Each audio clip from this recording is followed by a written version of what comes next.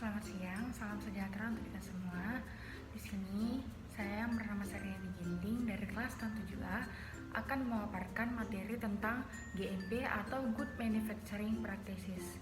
Nah, yang pertama saya akan menjelaskan tentang pengertian dari GMP atau Good Manufacturing Practices atau cara produksi olahan pangan yang baik. Jadi GMP itu adalah suatu kebijakan, metode atau prosedur yang ditetapkan untuk menghasilkan produk olahan yang dengan karakteristik yang bermutu, aman, dan layak dikonsumsi dan memenuhi standar yang ditetapkan. Adapun pengertian dari para ahli yaitu menurut Marcelino tahun 2017, GMP itu sendiri adalah cara produksi olahan pangan yang baik yang merupakan suatu konsep manajemen dalam bentuk prosedur dan mekanisme yang berproses tepat untuk menghasilkan output yang memenuhi standar dengan tingkat ketidaksesuaian yang kecil. Nah, ada juga menurut Permentan nomor 20 tahun 2010 pasal 1 angka 8 tentang sistem jaminan mutu pangan hasil pertanian. GMP itu adalah suatu pedoman yang menjelaskan pengolahan hasil pertanian yang baik agar menghasilkan pangan bermutu, aman, dan layak dikonsumsi. Berikut ini ada tujuan dan manfaat GMP terhadap pemerintah dan industri. Adapun tujuan dan manfaat untuk pemerintah ada 4. Yang pertama, melindungi konsumen dari penyakit atau kerugian yang mengakibatkan pangan itu tidak memenuhi persyaratan. Yang kedua, memberikan jaminan kepada konsumen bahwa pangan yang dikonsumsi itu merupakan pangan yang layak. Yang ketiga, mempertahankan atau meningkatkan kepercayaan terhadap pangan yang diperdagangkan secara internasional. Dan yang terakhir yaitu memberikan bahan acuan dalam program pendidikan kesehatan di bidang pangan kepada industri dan konsumen. Nah, adapun tujuan dan manfaat untuk industri yaitu yang pertama, memproduksi dan menyediakan pangan yang aman dan layak bagi konsumen. Yang kedua, memberikan informasi yang jelas dan mudah dimengerti kepada masyarakat.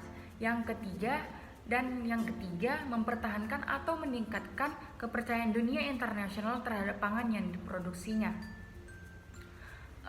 Kemudian ada manfaat dari GMP itu sendiri. Ada 9, yaitu yang pertama, menjamin kualitas dan keamanan pangan. Yang kedua, meningkatkan kepercayaan dalam keamanan produk dan produksi. Yang ketiga, mengurangi kerugian dan pemborosan. Yang keempat, menjamin efisiensi penerapan HACCP. Yang kelima, memenuhi persyaratan, peraturan, spesifikasi, dan standar. Yang keenam, meningkatkan image dan kompetensi perusahaan atau organisasi. Yang ketujuh, meningkatkan kesempatan perusahaan atau organisasi untuk memasuki pasar global melalui produk atau kemasan yang bebas bahan beracun kimia, fisika, dan biologi. Yang kedelapan, meningkatkan wawasan dan pengetahuan terhadap produk. Dan yang terakhir, manfaat yang terakhir yaitu menjadi pendukung dari penerapan sistem manajemen mutu. Adapun tujuan dari penerapan GMP ini adalah untuk menghasilkan produk akhir pangan yang bermutu, aman dikonsumsi, dan sesuai dengan selera atau tuntutan konsumen. Apalagi di masa yang sekarang ini banyak sekali macam-macam pangan yang beredar di masyarakat begitu. Jadi GMP ini baik di konsumen di lokal maupun internasional begitu. Kemudian ada juga tujuan GMP menurut Permentan nomor 35 tahun 2008. Adapun tujuannya yaitu meningkatkan daya saing produk olahan hasil pertanian. Yang kedua, meningkatkan mutu produk olahan yang dihasilkan secara konsisten sehingga aman dikonsumsi masyarakat. Yang ketiga, meningkatkan efisiensi usaha pengolahan hasil pertanian tingkat petani, gapoktan, pelaku usaha yang bermitra dengan petani, dan menciptakan unit pengolahan yang ramah akan lingkungan.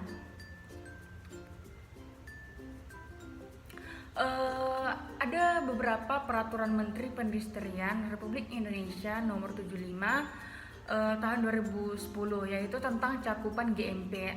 Ada banyak tentang cakupan GMP ini, antara lain yaitu tentang lokasi, bangunan, fasilitas sanitasi, mesin dan peralatan, bahan, pengawasan proses, produk akhir, laboratorium, pengemas, label dan keterangan produk, penyimpanan, pemeliharaan dan program sanitasi, pengangkutan, pencatatan dan dokumentasi, pelatihan, penarikan produk, dan yang lain-lain. Adapun menurut Permentan nomor 35 tahun 2008, yaitu tentang ruang lingkup persyaratan dan menerapkan cara pengolahan hasil pertanian asal tumbuhan yang baik dari GMP itu sendiri, yaitu meliputi prasarana dan sarana, proses produksi, penyimpanan, keamanan dan keselamatan kerja, serta pengolahan lingkungan, kesehatan dan kebersihan pekerja, pengawasan, pencatatan dan penelusuran balik, sertifikat, dan pembinaan. Adapun peraturan juga menurut FDA dari Amerika, yaitu ada 4 aspek yang mencakup dalam GMP ini, yaitu tentang perlengkapan umum, bangunan dan fasilitas, peralatan serta pengendalian, dan juga produksi dan prosesnya. Pada GMP ini ada perbedaan antara GMP yang ada di Indonesia menurut Permentan dan ada juga GMP dari Amerika menurut FDA. Jadi GMP pengolahan dari Amerika ini secara umum menggambarkan kebutuhan pengaturan untuk personil dan manajemen bangunan dan fasilitas yang terlatih gitu. Jadi GMP ini dirancang dengan baik, terpelihara dan bersih. Sedangkan di Indonesia tidak hanya sampai pada penyimpanan dan distribusi saja, tapi tahap selanjutnya ada pengawasannya, ada pencatatannya, dan penelusuran baliknya begitu. Nah, kemudian lembaga sertifikasi yang telah terakreditasi atau ditunjuk itu ada beberapa contohnya, yaitu contohnya ada Sufindo atau OKKPD. Sufindo itu adalah perusahaan BUMN yang bergerak di bidang inspeksi dan audit, pengujian dan analisis, sertifikasi, konsultasi, dan pelatihan. Sedangkan OKKPD atau Otoritas Kompeten Keamanan Pangan Daerah adalah lembaga non-struktural yang berada dalam instansi Dinas Pertanian dan Ketahanan Pangan. Di sini juga saya akan menjelaskan yaitu persyaratan GMP, yaitu yang mengharuskan setiap permukaan yang bersinggungan dengan makanan dan berada dalam kondisi basah harus dikeringkan dan disanitasi terlebih dahulu. Peraturan GMP juga mempersyaratkan penggunaan zat kimia yang cukup dalam dosis yang dianggap aman. Terima kasih. Jadi di sini saya akan juga melanjutkan pemaparan materi yang kedua, yaitu tentang GHP. Jadi GHP itu adalah atau disebut dengan good handling practices, yaitu yang merupakan prosedur sanitasi untuk distribusi buah dan sayuran dari ladang hingga ke meja makan. Yang maksudnya di sini GHP itu berfungsi untuk di bidang pembersihannya gitu, untuk menghasilkan pasca panen pertanian yang baik. Pertanian seperti apa gitu kan?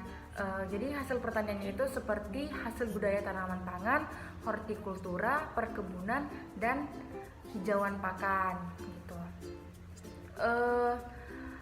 Ada kebijakan yang digunakan sebagai pedoman pelaksanaan GHP, yaitu menurut Peraturan Menteri Nomor 44 Permentan tahun 2009, yaitu tentang pedoman penanganan pasca panen yang baik, good handling practices, hasil pertanian asal tanaman. Dan menurut Peraturan Menteri Pertanian Republik Indonesia Nomor 44 Permentan HK.140 4 tahun 2015, yaitu tentang perubahan atas Peraturan Menteri Pertanian dari nomor 44 garis miring Permentan OT 140 tahun 2009. Nah, adapun tujuan utama dari pelaksanaan GHP ini adalah ada 10, yaitu yang pertama mempertahankan mutu dan meningkatkan daya saing. Yang kedua, menekan kehilangan dan kerusakan hasil. Yang ketiga, memperpanjang daya simpan. Yang keempat, mempertahankan kesegaran. Yang kelima, meningkatkan daya guna. Yang keenam, meningkatkan nilai tambah. Yang ketujuh, meningkatkan efisiensi penggunaan sumber daya dan sarana, meningkatkan daya saing, memberikan keuntungan yang optimum, dan yang terakhir itu mengembangkan usaha pasca panen hasil pertanian atau tanaman yang berkelanjutan. Jadi tujuan utamanya ini untuk menghasilkan produk pasca panen pertanian itu agar lebih baik gitu. Nah, adapun ruang lingkup pedoman GHP itu sendiri yaitu meliputi panen, penanganan pasca panen, standarisasi mutu, lokasi, bangunan, peralatan dan mesin, bahan perlakuan, wadah, pembungkus, tenaga kerja, keamanan keselamatan kerja atau K3, pengelolaan lingkungan, pencatatan, pengawasan dan penelusuran balik, sertifikasi dan pembinaan serta pengawasan. Jadi persyaratan di GMP ini ada 6. Antara lain yang pertama itu persyaratan manajemen, yang kedua persyaratan fasilitas, yang ketiga persyaratan penanganan, yang keempat persyaratan produk akhir, yang kelima pengendalian bahaya terhadap mutu, dan yang terakhir itu pengendalian bahaya terhadap keamanan pangan. Yang pertama itu persyaratan manajemen. Persyaratan manajemen itu meliputi spesifikasi produk dan penanganan produk itu. Terus mengidentifikasi dan ketelusuran produk, terus ada personil dan ada trainingnya juga. Jadi di persyaratan manajemen ini harus ada trainingnya dulu gitu. Nah, yang kedua itu persyaratan fasilitas. Persyaratan fasilitas itu meliputi seperti lokasi, bangunan, sanitasi, alat penanganan gitu. Di bangunan itu meliputi seperti tata ruang, lantai, dinding, langit-langit, atap pintu, jendela, ventilasi dan penerangannya juga gitu. Itulah persyaratan dari fasilitas dari GHP ini. Yang ketiga itu ada persyaratan penanganan. Persyaratan penanganan ini ada banyak. Seperti pengumpulan, sortasi, pembersihan atau pencucian, grading, pengemasan, pemeraman, penyimpanan, transportasi, terstandarisasi mutu, dan lain-lain. Yang keempat itu ada produk akhir, di mana setelah melakukan seperti sortasinya itu di produk akhir itu ada dia seperti dibungkus gitu. Wadah dan pembungkus itu harus baik, pelabelannya itu harus baik, penyimpanannya itu harus baik, dan bahan perlakuan untuk si produk itu juga harus baik begitu. Kemudian pengendalian bahaya terhadap mutu. Ini ada 3, yaitu melakukan tindakan pengendalian yang harus, melakukan proses penanganan dan pengemasan serta penyimpanan yang aman gitu. Jadi GHP ini nggak boleh asal-asalan, harus dikemas secara baik dan harus aman gitu. Yang keenam yaitu pengendalian bahaya keamanan pangan, yaitu tentang aplikasi bahan kimia, mutu air, peralatan dan bahan-bahan, pembersihan dan pengendalian pes, itu harus dicek secara baik-baik karena yang kita output dari produk ini harus baik. Jadi bahaya-bahaya yang ada dari produk ini harus kita lihat secara terperinci begitu, harus kita lakukan dengan baik begitu. Nah, yang terakhir itu apakah ada gitu kan sertifikasi GHP itu? Ada. Sertifikasi GHP itu adalah proses pemberian sertifikat penanganan pasca panen yang baik oleh lembaga yang telah diakreditasi atau ditunjuk oleh melalui tahapan penilaian, pengujian, dan pemenuhan persyaratan GHP. Tidak hanya GMP aja yang ada sertifikasinya, GHP ini juga ada gitu. GHP ini juga sama seperti GMP. Contohnya itu seperti OKKPD tadi gitu, yaitu perusahaan yang memiliki yang bergerak di bidang pertanian seperti itu. Jadi sekian presentasi atau pemaparan saya tentang materi GHP dan GMP. Bila ada salah kata yang saya ucapkan, saya mohon maaf. Sekian dan terima kasih.